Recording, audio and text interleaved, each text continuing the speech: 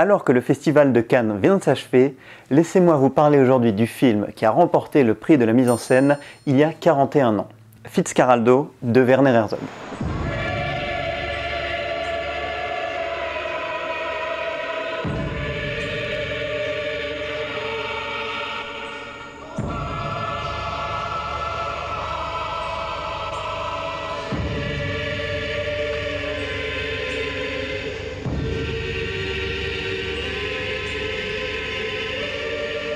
Pourquoi vous en parler? Eh bien, figurez-vous que j'ai décidé de vous parler ici d'anecdotes et d'histoires ayant trait à l'Amazonie.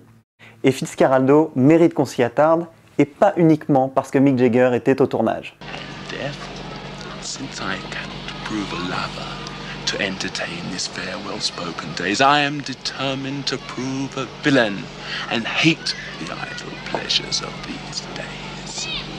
Fitzcarraldo, c'est le film de tous les excès, tant sur le sujet traité que sur le déroulement du tournage. L'histoire se déroule au début du XXe siècle.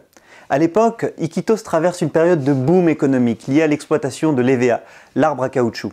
Nombreux sont ceux à voir Iquitos supplanter la richesse de Manaus, la plus grande ville d'Amazonie brésilienne. Parmi eux, Brian Sweeney Fitzgerald, surnommé Fitzcarraldo. Ce dernier ne se remet pas d'un voyage qu'il a effectué à Manaus. Il a pu y admirer ses idoles, Sarah Bernhardt et Caruso, interprétant un opéra de Verdi. Il se l'est promis, il aura lui aussi son opéra en forêt amazonienne.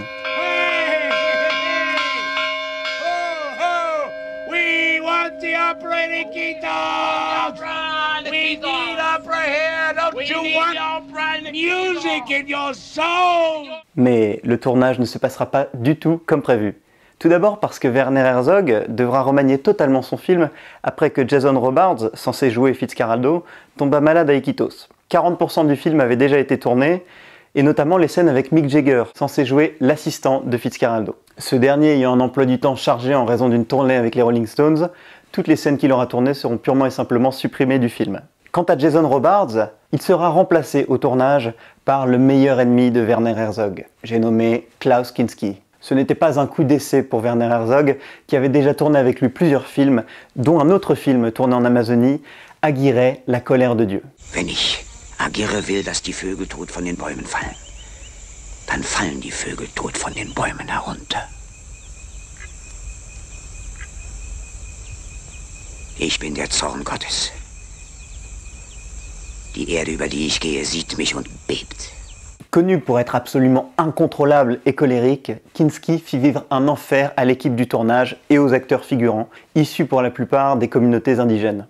Schrei ich oder schrei ich nicht? Und du sagst es mir nicht, aber schrei aber nicht. Leg mich doch am Arsch weg. Der Moment ist überhaupt gekommen, wo ich dir in die Fresse haue. Was? Diesmal schlage ich dir in die Fresse, lauf, kannst du dich verlassen, du.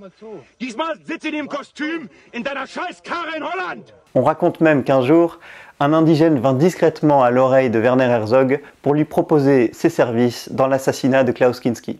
Dans son histoire, ce film pose le problème épineux du rapport de l'homme à une nature hostile. En voulant construire son opéra dans la jungle, Fitzcarraldo se heurte à une nature brutale, personnifiée par les Shoars, ce fameux peuple des réducteurs de têtes situés sur le fleuve Ucayali.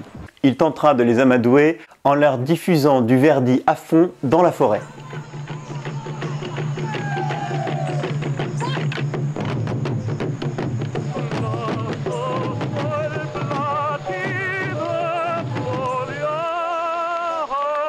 Ce qui fait la force de Fitzcarraldo, c'est la place laissée par Herzog à l'improvisation et le peu de concessions laissées aux effets spéciaux. Cela amènera Herzog et son équipe à hisser un énorme bateau sur une colline en pleine forêt amazonienne pour le faire passer d'une rivière à l'autre. Au-delà du simple plaisir de voir le dément Klaus Kinski et la merveilleuse Claudia Cardinal au sommet de leur art, je ne saurais que vous recommander ce film qui résume assez bien un certain nombre de fantasmes autour de la forêt amazonienne.